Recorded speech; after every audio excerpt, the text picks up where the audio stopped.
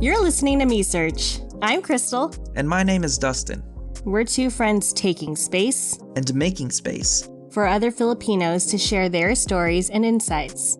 Join us as we talk to folks in the community to discover how they became trailblazers, business leaders, and bosses.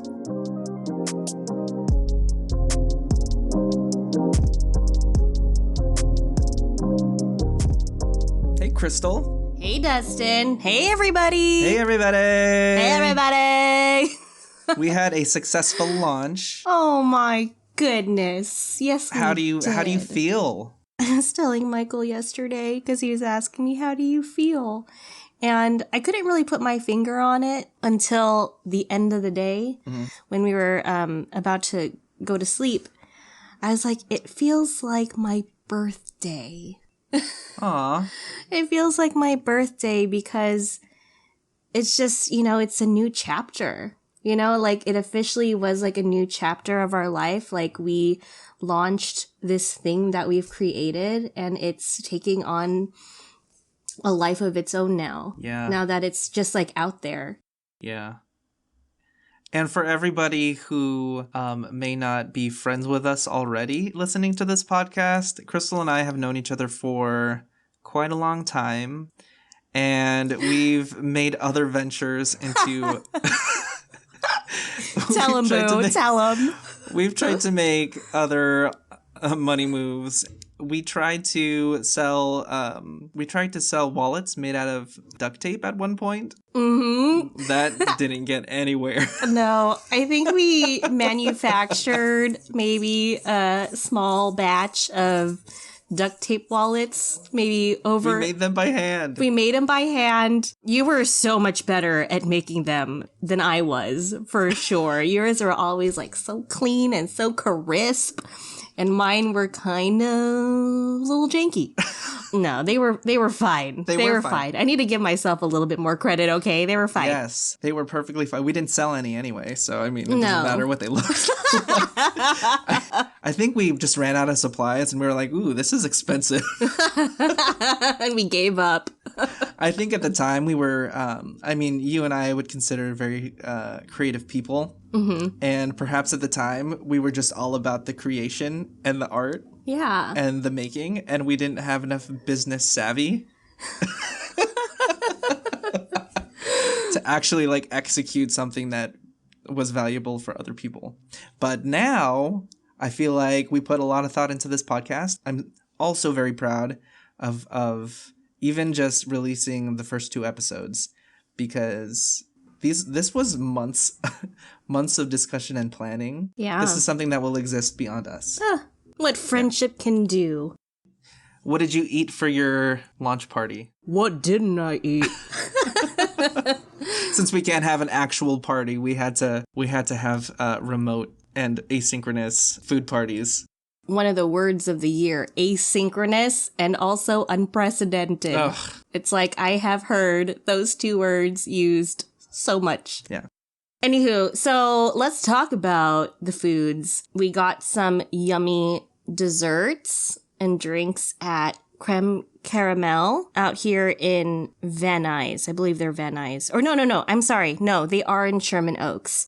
We got an upside down ube cheesecake. And for folks who don't know me, I have never been a fan of ube. And my Lola, she loved ube. But so like every year when it was her birthday, she'd want an ube cake and I would never eat that cake. And it was like deep down very hard for me because I love me some birthday cake, but it was always ube. And I'm like, ugh. Yeah, I grew up like not liking ube, but my palate is shifting once again. And my palate is opening up to ube flavors, finally. And so we got an ube upside down cheesecake. It was freaking delicious. We got a buko pandan leche flan, which was also fabulous. And then we also got an ube horchata drink. And it was delicious. Nice. And then for dinner, We went to Ooh, still going, huh? We're still going. When we celebrate, oh man, and there's food involved, you can expect food to happen all day. So we went to Petit Peso out in downtown, and I got some kare kare. Also, another dish that I did not grow up liking. Dude, that's my fave. Is it? Yeah. Oh, damn. Well, you know what? You need it. I only like it when my mom makes it, though. Oh. To be honest. Okay. I've had it at restaurants. I'm like, this doesn't have enough meat. Give me the meat. Where's it? Yeah, so we went to Petit Peso. I chose to get kare kare. And then they have this out of this world adobo French dip, y'all. If you are in downtown LA, you need to check out Petit Peso and get their adobo French dip because that is next level deliciousness, let me tell you. I saw the pictures you posted. Delicious. Delicious looking. I didn't get to eat it, but, I was jealous. That's cool. What did you eat to celebrate? We went to Cafe 86 in Chino. And we stocked up on sweet goodies. I usually go get ube truffles like every year for my birthday. From them. They're so good. They're my favorite. I don't want to describe them incorrectly, but how I've been describing them is they're kind of like ube cake balls, and they're coated in like a chocolate cookie crumble. Oh, so good. Ooh. So good. So I picked up 6 of those. I picked up 2 like ube butter bars. I picked up an ube crinkle cookie, ube cheesecake, and a halo drink.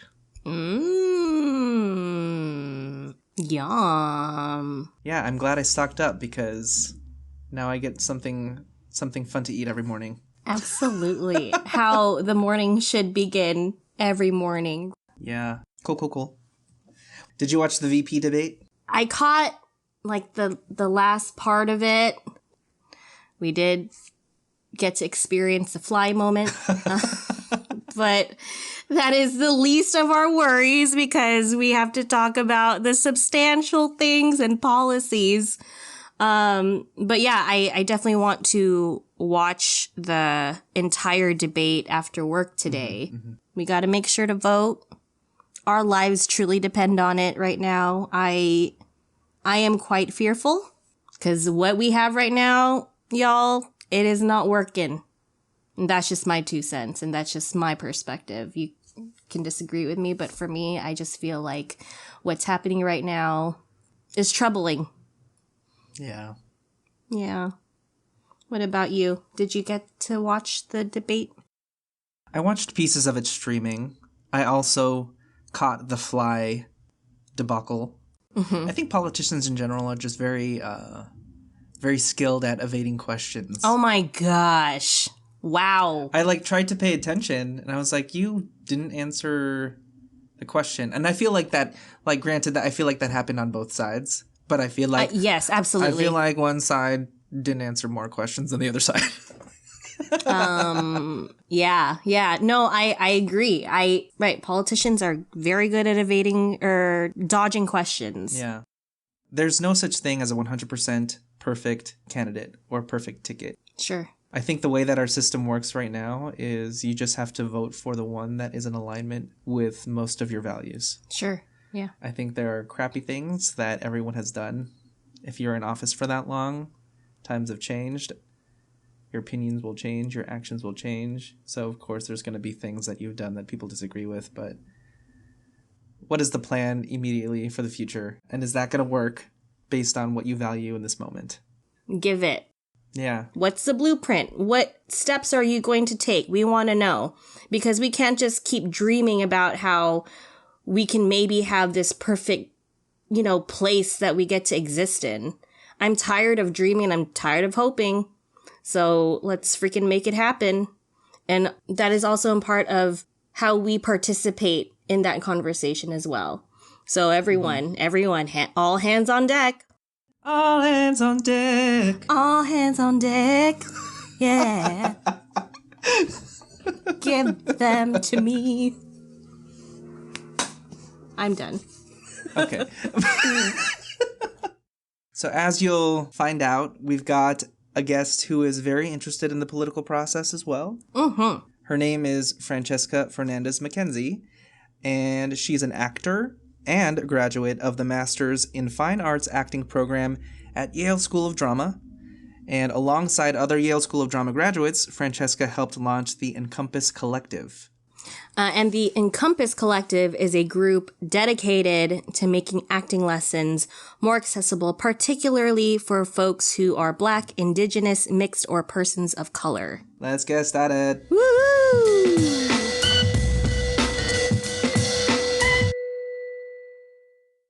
Okay, all right. So welcome Francesca Fernandez McKenzie. Woo, woo, woo, to the podcast. Thank you for having me. Thank you for being here. Thank you for being here, and thank you for suggesting that we open a bottle of wine, and in some of our cases, a box of wine, which is I'm totally down for that. That's how I roll. Heck yeah. Yeah. Here for it. I didn't have any wine, so I'm drinking whiskey, but I'm still participating in the fun. I feel like that you're participating the most with whiskey because that is an excellent choice for a Thursday night. Yeah. We'll see how this goes. It's going to be great. Real quick, before we jump into the actual questions, can I ask how the two of you know each other, Crystal and Francesca? Yeah. We both were applying for grad school at the same time. I think we were auditioning for UCLA. Yes, it was UCLA. And I did that Filipino thing where you see someone, you're like, I think they're Filipino, and you get immediately excited and feel connected to them, or at least that is. Yeah. And I don't know who went up to who, but we went up to each other, and you were like my friend for that whole experience, and we had lunch together. We did. It was so cute. It was so nice.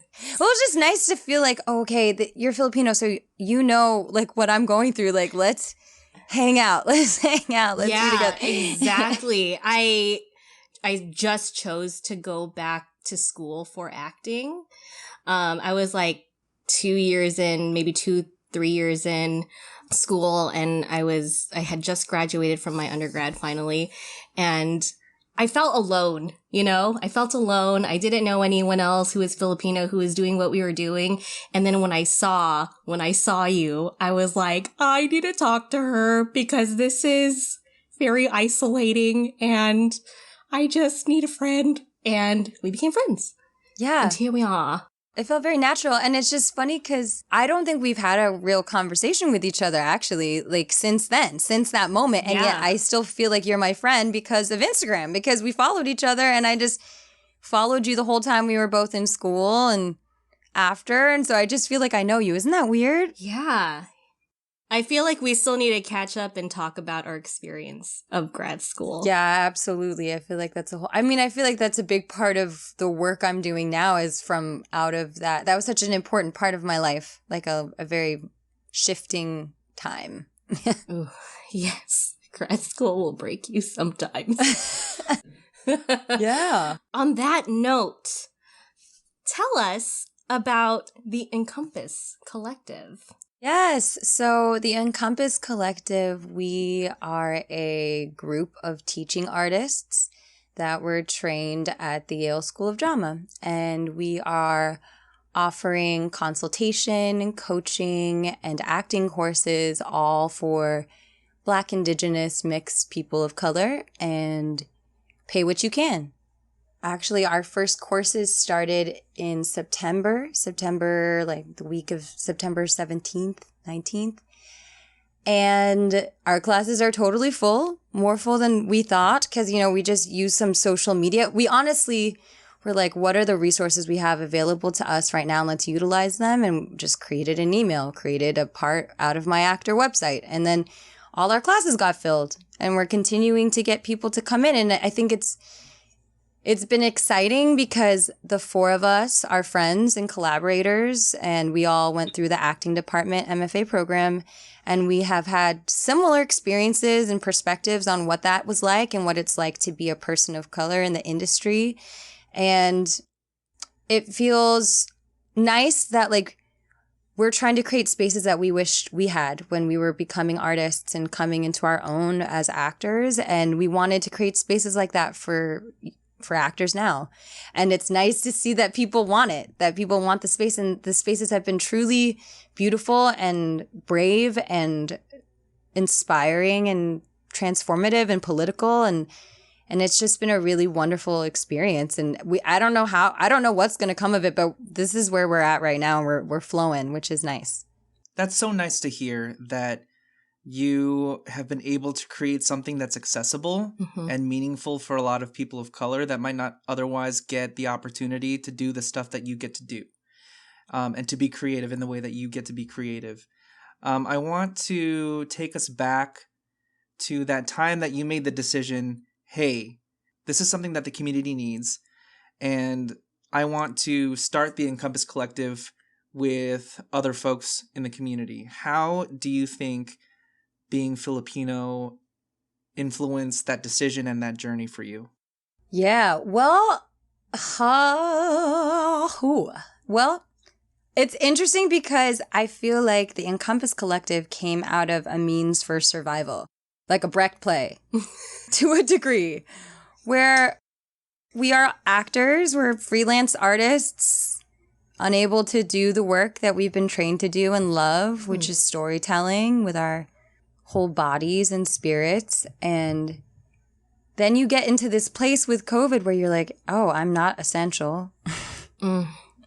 And what is my worth if I am not working, which I think is Filipino and also capitalist. And then also wanting to be a person for others, which I think is Filipino, which is maybe colonial Catholic as well. But I like to think about it as like the shared identity, like kapwa. That I am who I am because of you, and you are me, and I am you, and or at least that's how I interpret that sort of part of Filipino culture that I've learned from my teachers, Lenny Strobel, and like the teachers at the Center for Bivalent Studies. And so then when we decided to do the Encompass Collective, it was first a means of survival for ourselves, and then also offering from our skills and what we do have available to us, how do we offer that to our community and make it accessible for everyone? And this might be Filipino for me, but I think it also might be my political leanings, which is that like I believe that art should be accessible to everyone. I believe that everyone is artistic. I think that I had to challenge myself a lot in my early 20s of like, I'm not an actor, it's just a hobby. Oh, but it's not a big deal. And it took me a long time to come around and like just admit to myself that I was a storyteller, that I was an actor, that I loved theater and I loved telling stories. And then once I was able to accept that, the whole world opened up for me in a way that I didn't even think was possible. And I think that I would love to create, I knew I wanted, my collaborators and I, the collective knew that we wanted to create spaces where students could feel that way and artists could feel that way about themselves and feel empowered, separate from any sort of like degree from a high Ivy League institution or like credentials or whatever. It's like being an actor, like you don't need to go to school. You can, and what a blessing and what a gift at times, and also what a trauma in a like a fucking colonized environment with like Western pedagogy trying to colonize your mind. Right. Ooh, dang, that's deep. Right? Yeah, I really appreciate also this pay what you can situation, because I feel like folks forget how elitist and classist theater is. You know, like when people think about the theater, they think about going to like in LA, like the Pantages, you know, right? And it's like an excessive amount of money just to watch a show. And not everyone can watch this show at the Pantages, and that is so deeply seated in the classist and elitist environment of the theater. And it's so interesting how the theater feels like it's supposed to be so inclusive and this space where anyone can play and live, but it also is not that way as a theater goer and also as a student. Like, how expensive is theater school? and then it goes back to like what we're learning in the classroom. Yeah. And I think something that is also, I think, being very Filipino is that it's in our blood to be storytellers. Like our culture is deeply oral based, like oral storytelling and relating to others and needing to be in connection with others. And I agree. I have those frustrations about art and elitism, but at the end of the day, what brings me to storytelling and to acting and to theater and film and TV and is like the desire to connect with others and tell stories, you know, which to me feels Filipino. We're so artistic. We're so creative, you know, and then there's like a desire and need of being able to uplift that, like how creative and emotional our people are. And like, it's frustrating. Our stories are often not at the center and most often than not invisible.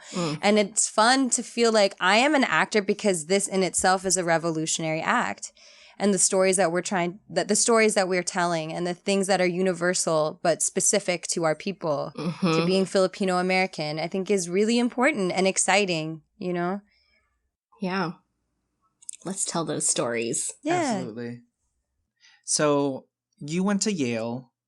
How did it feel being in an institution that's already inaccessible to so many people, being a person of color in your program? Yeah, it was wild because, I mean, I applied to that school because Lupita Nyong'o won the Oscar and I was like, what? You could go there for acting? What is this? And having a desire to get out of New Orleans because I felt like I was tired of being the only Asian person. Even though I love New Orleans so much, I felt like sort of just lost. And it was such a wonderful opportunity because I only applied to schools that would pay. Because I knew I was like, I cannot go to school for acting and be in debt. Okay, I learned that from my immigrant mother and my, you know, my dads. I have a dad who raised me, and then my biological father is Filipino, so I have like an American dad and a Filipino dad, and they care about me making money and working and all these things. And so I went to Yale, and it was a dream because I did not think I was so surprised that I got in, and I was so happy to do that, and also that I didn't have to be hugely in debt. And then I read this article before I applied for school. It was called MFA versus POC by the author. I forget his name. He's a Puerto Rican, New York-based author. I'd have to look him up. But he wrote this whole article about like what it kind of means to be in an MFA space as a person of color navigating like white supremacy and the pedagogy that's very like cis white, you know, and that sometimes you can feel a bit lost or displaced or that you don't belong there. And so that was like a big part of my time at Yale because there was a lot of equity, diversity, inclusion work going on at the time that I came. And it was, you know, complicated and slow and messy and bureaucratic and frustrating and all the things. But at the end of the day, I was grateful for, you know, a time where I could focus on who I was as an artist, whether that was in resistance to certain factors around me, but also like in gratitude to the time that I had there to like meet collaborators that inspired me that I wanted to work with, to be in community with other artists of color that were going through similar things or first generation artists that had similar identities to my own. Yeah, but I would tell people not to go.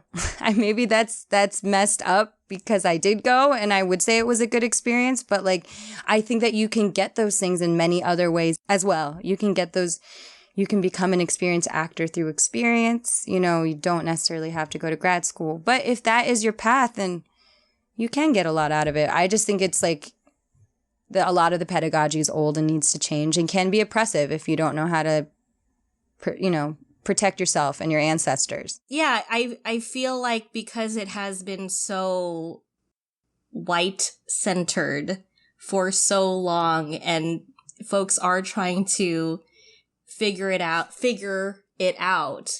it's like they still don't know, they don't have a clue. And we're kind of, I feel like sometimes I fell through the cracks. I feel like a lot of institutions are like that. They're like irresponsible. Yeah. Yes. They're irresponsible and old and behind on the times. You know, it's like, get with it. It's ironic, though, because from what I've seen, especially on LinkedIn, because everyone wants to post on social media about how awesome they are, higher ed institutions, and everyone just touts, we're top 50, top 10, or whatever the list is, and they talk about all of their accolades, but it's like, dude, you still suck at, just the basic, accessible, like, serving people of color things. Yeah. And I mean, maybe these times will change some stuff. I hope it does. Like, I am optimistic because now I'm trying to see the lemonade, because there's so many lemons nowadays and it feels really overwhelming. But when we think about the lemonade, it's like, this can be a time of being a great equalizer. Mm-hmm. Like, you have the time if you truly commit to undoing racism in your institutions, in decolonizing your pedagogy. Are you going to do it? And if not, then we're going to tell people that maybe they shouldn't go there. You know what I mean? I feel like I do believe in people power. I believe in people power. I believe there's strength in numbers. Totally. But perhaps it's not as much as like these huge billionaires and whatever, but that I can't focus on that, or honestly, I'll go crazy. What I can focus on is what I can do. And what I can do is create a world that I envision to be just to all people and to be loving and to be, full of beauty and stories and access to all resources. I don't know, it's like I can only focus on being present in that, but it is super hard, very hard, especially as artists, as Filipinos. It's like I feel like there's things that we understand about these times based on our history. Mm-hmm. That make us very important, like Filipinos get the job done always and like take care of others always. Right. Yeah. Like we understand, like I feel so many of my Filipino friends and I, like, we understand Black Lives Matter. We know that to be true. We know that in the stories of our families and like what we see in the world, Right. So we're going to take a quick break and we'll be back with Francesca.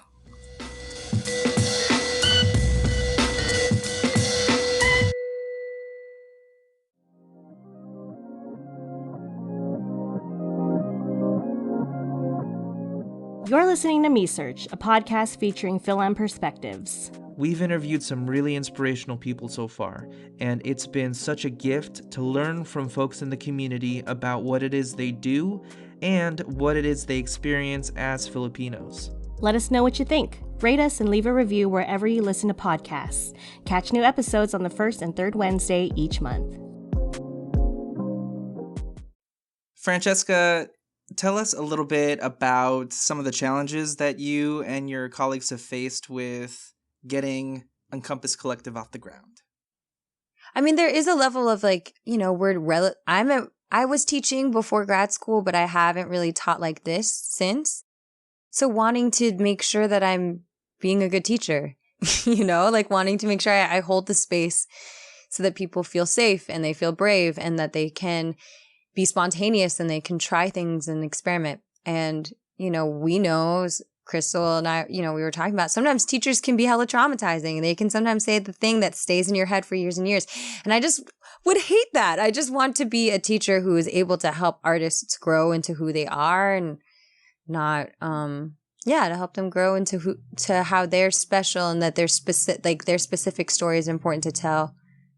You've been doing this work for a while. What is the biggest ask you've seen of the students that you've been serving thus far? Many of them want to go to grad school.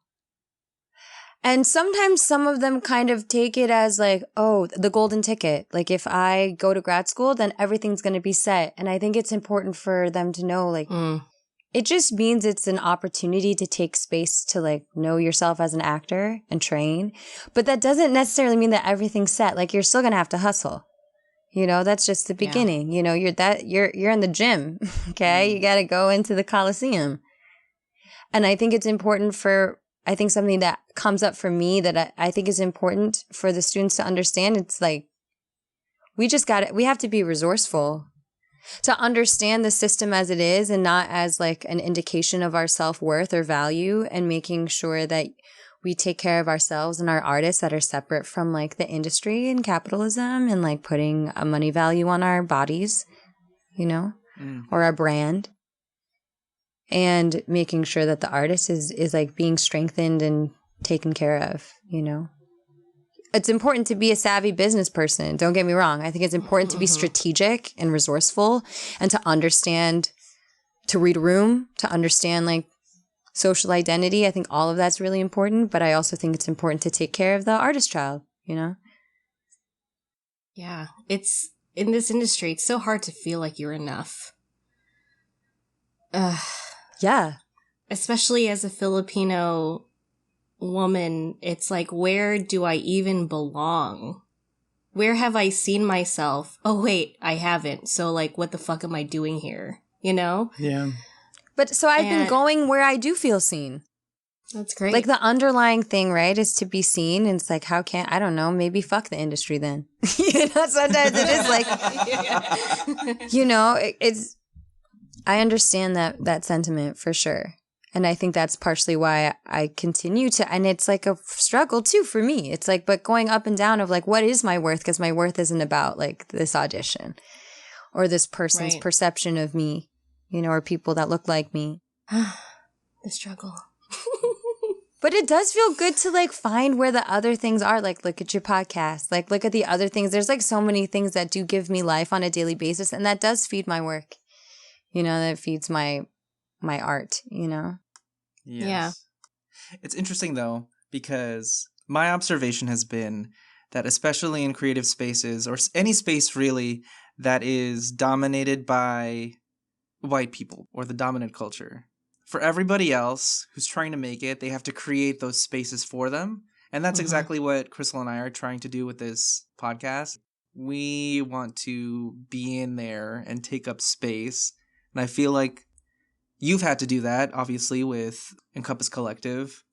And that's like definitely not unique to people of color and people who are struggling to be seen and find access to things. They have to be, like you were saying, resourceful. You have to create those spaces for yourself if you don't have access to them. Yeah, I agree. And I think I have gotten to a place where I really love the stories that are about my people. Like, I care about making art that I like, too, you know? And that is really important to me. Art for yourself, not for other people. Yeah, and it's been really wonderful. Yeah. Like, since school, I've connected with so many Filipino-American theater artists and, like, have been able to be in a rehearsal room where everyone's Filipino, and that to me is very exciting and healing and important to me. And that's all that matters. Honestly, if I've learned anything from going to Yale School of Drama, it's like what matters is my definition of what good work is. And if I can stand by that, then I feel successful. You know? Absolutely.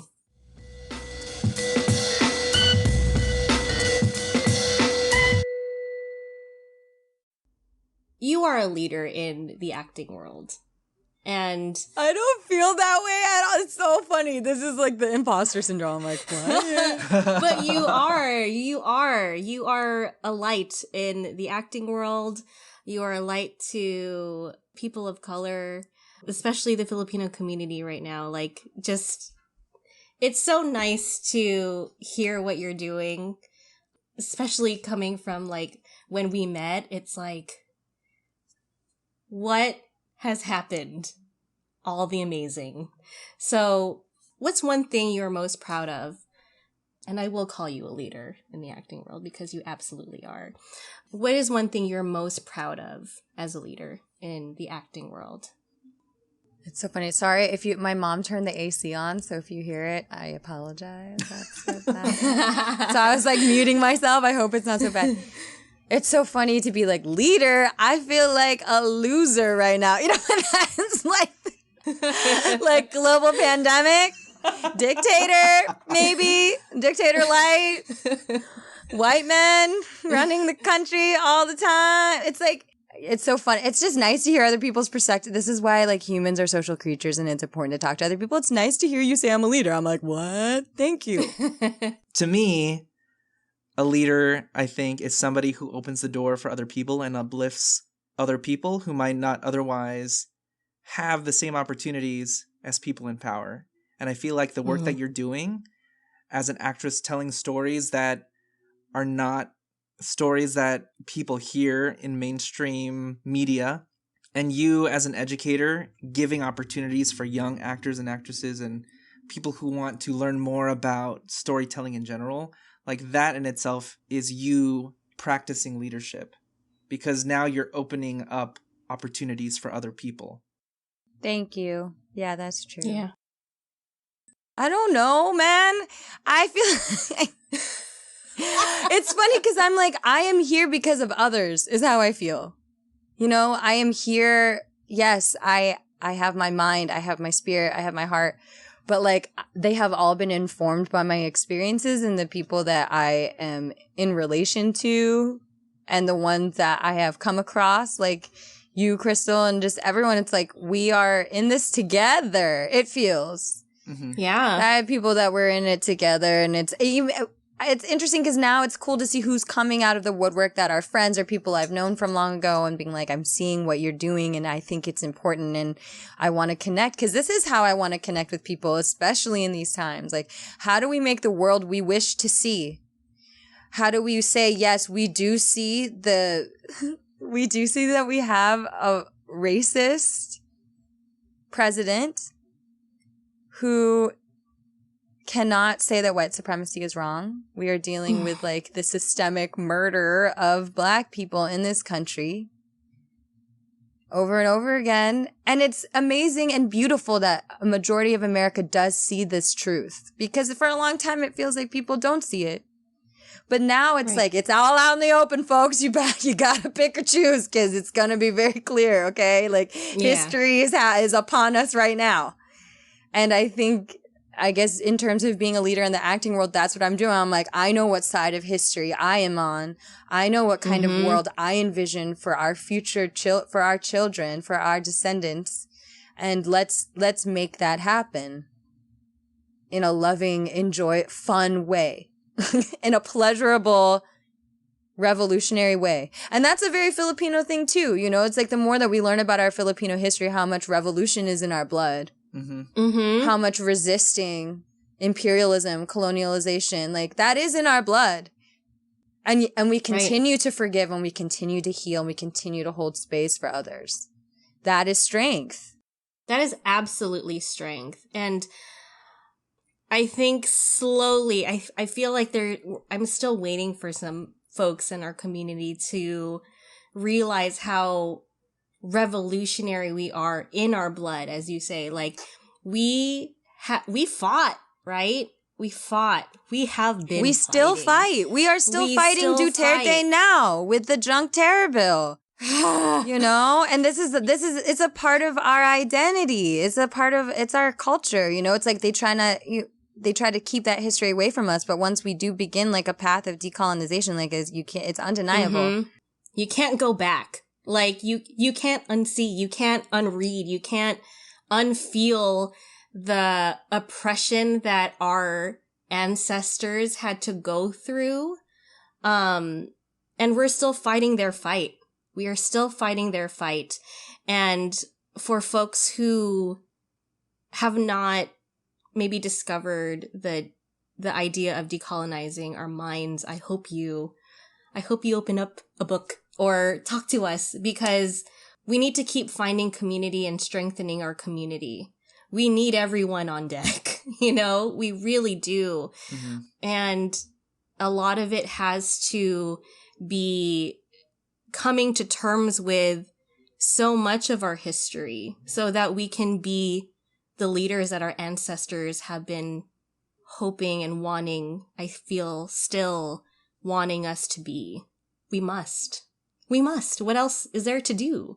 And to lean into our strengths, to be a storyteller, however that is to you, I think is so important right now. We got this. We can do this. We can do this. Come on, everybody. Come on, everybody. Come on. Can I say something in response to what you were saying about the Filipinos who maybe are not on a path around decolonization? Because there's many. I have a dad who is voting for Trump. Oh my God. What's wrong with you? You're in the sunken place. You know? I did a play for like 7 months about Gloria Steinem. So I was just talking about Gloria Steinem like every day for a really long time. And one of the things that she used to say is like, if there are people who disagree, who don't see the patriarchy, who don't recognize these injustices, you gotta just move on. You gotta just kind of go with the ones who do, like, because we don't have time to drag you. Like, we gotta go. Like, go to the people who are saying yes. And the other thing too that I have to practice on a daily basis is like radical empathy, of recognizing that I come from like a decolonized mind, which was passed down to me by my parents, by my grandparents, and they themselves, they learned those things out of survival, and that they love me and that they want the best for me, and sometimes the way that they show their love is different than mine, you know, and that it's like we're all on these different paths, but like my path is like for them too. I definitely have a hard time letting go of when folks in my family or friends that I know, you know, can't see or like don't want to listen. I just like, I like stomp my feet and I'm like, meh, why, forever. I can't stop obsessing. But you're absolutely right. Like, we're wasting time, like huffing and puffing over like I'm the same. And I'm like, my politics get in my bed all the time. And I get so angry, you know, it's like, oh, patriarchy, sexism, but like I'm jumping, I'm ready to get hurt. I'm having to learn how do I separate my politics so I can actually be loving to others. It's super hard. Because we want to be loving, right? That's what we actually want ultimately. When we get rid of the hurt and the defensiveness and the rage, like the just rage. The just rage. But then you're like, I actually just do want to be loving. I want to be in connection to others. How do you navigate that relationship with your father who has such different political beliefs? Well, we're not speaking right now. Do you envision yourself having a relationship after the election? I mean, I think I'll always be connected to him. That's something like with acting, we know it's like, it's so much harder to stay angry at someone. Of course, I will always like love my family, but it's hard. Sometimes I don't like them. Sometimes they hurt me. Sometimes to protect myself, I need to not be in relation to them for a bit. Right. But the love is there. Yeah, and I think it's so hard because like in our culture, there's so much emphasis on having to respect your elders and respect your family members. And it's like, it's not like we want to separate ourselves from them. You know, it's not like we want to be like so angry or make these like hard choices so that we keep our sanity and take care of ourselves too. But I feel like there's so much stigma on taking care of ourselves as well in our culture, where we get lost and like there's so much resentment and so much anger that we can't process, like, if we need that time apart, like we're just like stuck and it becomes like this dysfunctional weird thing, and we can't fully be present or we can't fully love if we're just like, ugh. You know, maybe maybe the space will be better. I don't know, at some point. I don't know. But I think a lot of people can relate to that.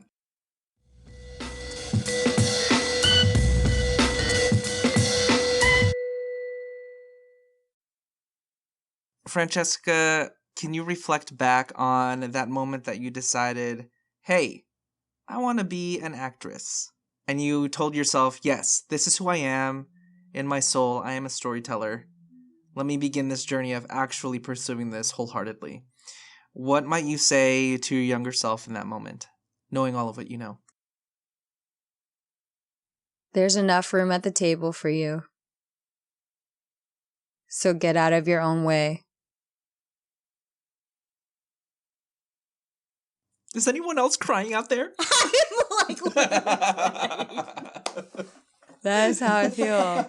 I feel that's how our classes, I feel like that's like a big thing about Encompass Collective. It's like, how do we act? If we really think about it, it's like the things we can control is like getting out of our own way. Heck yeah. Get out of your own way. Just do it. Just do it. Yeah, fuck Jump the in. patriarchy, fuck white supremacy, fuck all that shit. And let's do it. You know, Let's fucking do it, okay? do it. Wow. Ugh. That was a really good answer, by the way. That's it. I was like, am I going to go out? No, that's it. That's it. exactly Yeah. what Sometimes, you know. my ancestors just spoke to me and I just repeated them. All right. So, is there anything new and exciting that you're working on right now that you want us to keep an eye out for in the future? Yeah, okay, this is good that I'm talking about it because it's going to make me actually put more time to work on a new draft, but I've been writing a play during quarantine, which is the most cliche actor thing. I'm with you. I'm writing a play. Actually with you. Oh, well, I've been writing a play with all my time, like, and crying and drinking wine. But I am writing a play, and it's been very exciting because I think I've taken a really long time to actually write an idea, ideas that I've had for forever.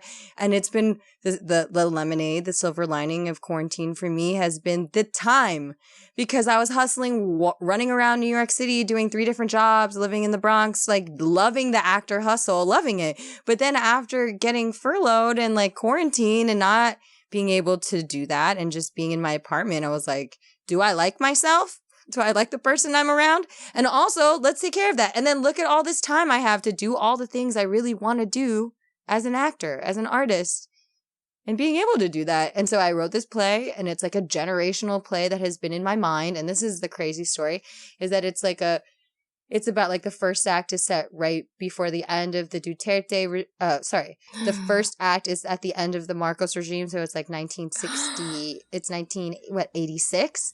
And then the second act is in the same house. It's like a family house in Antipolo. And it's like the descendants of the family fighting over the house. And it's 2016. And it's right before Duterte is going to become president. And it's just like about, Filipinos, like, I'm trying to like connect with my Filipinos as a Filipino American and trying to figure out how do I tell this story around like imperialism, colonialism, land, family, like being Filipino American, all those things. So it's exciting. And then I told my biological father, this was before we stopped talking, but like I was talking to him about the story and he was like, oh yeah, my family had a house in Antipolo.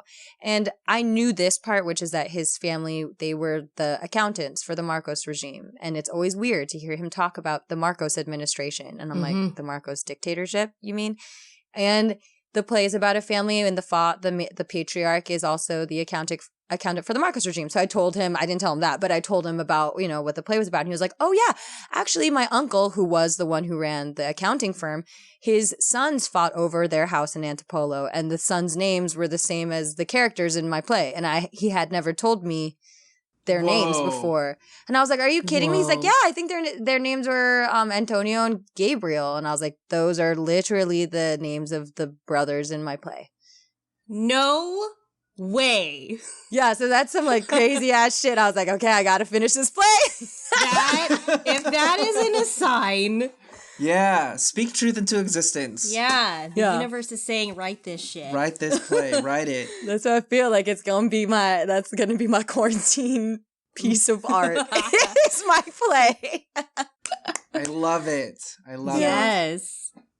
So if folks want to reach you to talk about what you're writing, or if they want to take a class with you, how does one reach you? Well, all of my social media handle is the same across Twitter, Instagram, Facebook, all that. So you can find me by just searching Cheska, so Cheska McKenzie, because Cheska is my nickname, because, Filipino nicknames. So yeah, you can follow me at Cheska McKenzie. Go. Do it. Do it now. Say hi. Do it now. Follow. Reach out. Take a class. Bully her into writing her play. I'm just kidding. Yeah, please. Tough love me. Okay, so Francesca, final question. What has put a smile on your face lately? I mean, y'all really have put a smile on my face. It's so funny. I'm usually used to just kind of being on my own, and COVID has made me be like, girl, you don't want to die alone. So I've been dating, which is so funny. How do people date during COVID? Well, it's very fascinating because I've only done videos, honestly. And then thankfully I did meet one person in person, and he ended up being really wonderful and amazing. And so I've just been spending time with him. So it's been a very love in the time of COVID sort of situation, which is very extraordinary and hard and good to break out of some old habits that I have. But crazy time, because it's kind of like a situation where we have to be like, okay, did you take a test? How long was your last exposure? Okay, when we hang out, we're going to hang out for 18 days. It's like a very different dating landscape. You should write a play about that too. Maybe that's the next one, depending on how long this quarantine goes. So, Aw, well, thank you so much for joining us. This has been such a wonderful conversation with you. I am so happy to reconnect with you outside of the Instagram world. And yeah. Everyone, this was Francesca Fernandez McKenzie. Yay! bye. Thank you for having me. Salamat.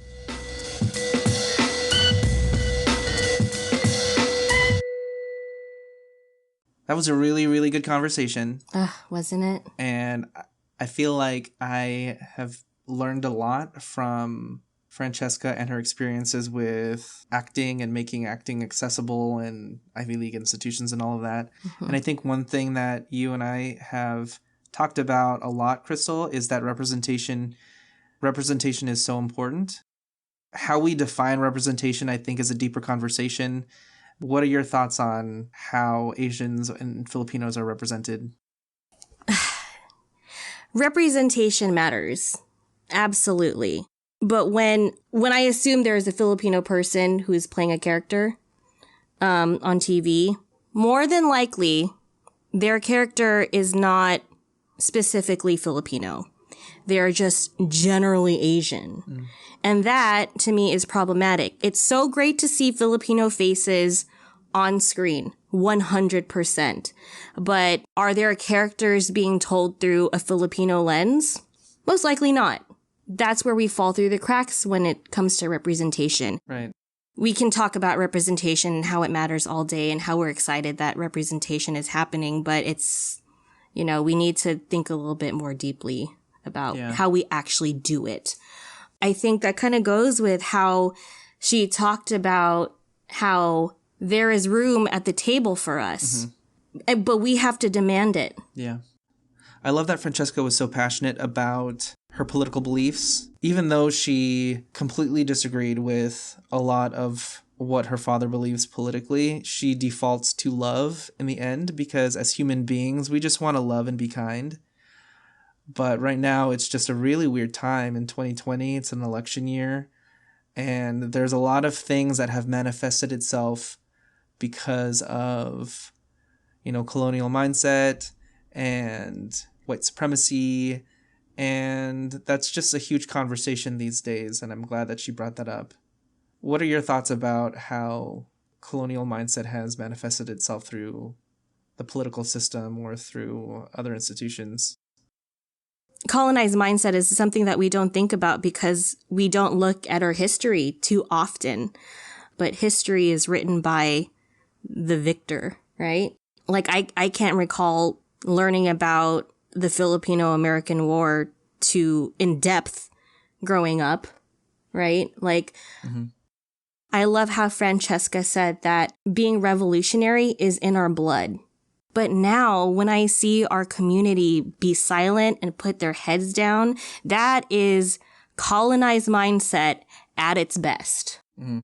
Because we've been colonized, that is separating us from not only our history and our authentic selves as we were before we became the Philippines, and it's translating into how we approach politics, how we stand up for people who have been marginalized outside of our own community. Mm-hmm. And I think it's important that we look back so that we can move forward. Right. Something that also resonated with me is what we brought Francesca in for. I love how Francesca started the Encompass Collective with her cohort to offer accessible acting lessons specifically for Black, Indigenous, mixed, or persons of color. I think it's great. I do want to clarify, I said earlier that theater is elitist and classist, and not all theater is elitist and classist. It's important to have these spaces that Francesca and her cohort are creating because, yes, there are elements, there are spaces within the theater and film and TV realm that it's not for us specifically. Mm-hmm. If you're in an institution or if you're taking a class at some studio out in LA, it's expensive. You know, if you have a dream of being an actor, it's hard. It's hard to learn how to hone that craft. You need to have money. And a lot of folks don't. Yeah. Yeah. Any thoughts about that? And accessibility within these spaces or accessibility in general? One thing that stood out was the fact that, Francesca is a Yale graduate, Yale freaking University, right? And this is an elite institution, but she's the one that said, if you can't do the work to be inclusive and support your students who are marginalized, if you're not going to do that work and provide pedagogy that's relevant to today's world, we're going to tell people not to go there. That's very true for a lot of institutions that people hold in high regard. Not to speak ill of Yale University. Please don't come for me, Yale. But I mean, just to reiterate what Francesca said, there are other ways to do the work that you want to do. And while education is so important for a lot of people, it's a key to social mobility for so many folks. I think it's important to step back and look at the world today and think, does my industry that I want to step in really require this of me? Mm-hmm. Are credentials that important? Are credentials from an elite institution important? In some cases, perhaps. In some cases, not so much. And I think that's what's really great about what Francesca is doing, is she's providing this training, Yale-level training, to people at a rate that they can afford. And I think that's really valuable to folks in terms of accessibility. Yeah, I think taking on a master's degree or an education in this realm, or like you talked about, specific industries that don't necessarily require you to have an education in it, or a formal education, I'd like to say, it doesn't matter sometimes. And it's all about what journey you want to take. Yeah. Yeah, that was a hard pill to swallow for me. I think, though, we can consider education a blessing, because having an education is taken for granted. And the fact that we were able to go to graduate school ourselves, I feel like is a huge privilege. Yeah. Because I do feel like it does open the door up for us in certain ways. But yeah, there's more to life, and there's more strategies to be successful than just an education, or a formal education, as you said. And some of us don't have the privilege of going to school. Mm-hmm. So education should be accessible to everyone, regardless of what you want to take up. It should be there for you. It should be 100% there for you. So Francesca, thank you for the Encompass Collective.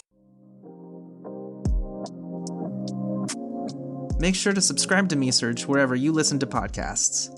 Find new episodes on the first and third Wednesday every month. Check us out at MeSearchPodcast.com. And find us on social media at MeSearch Podcast. MeSearch is produced and hosted by Dustin Domingo and Crystal Tugati. Editing by Dustin Domingo. Special thanks to our guest Francesca Fernandez McKenzie. Learn more about Francesca and Encompass Collective at francescafm.com. Shoutouts to all our friends and family giving this new podcast a shot. We're going to go ahead and catch you all at the next episode. We're going to get to the bottom of things. This is MeSearch, folks. Woo!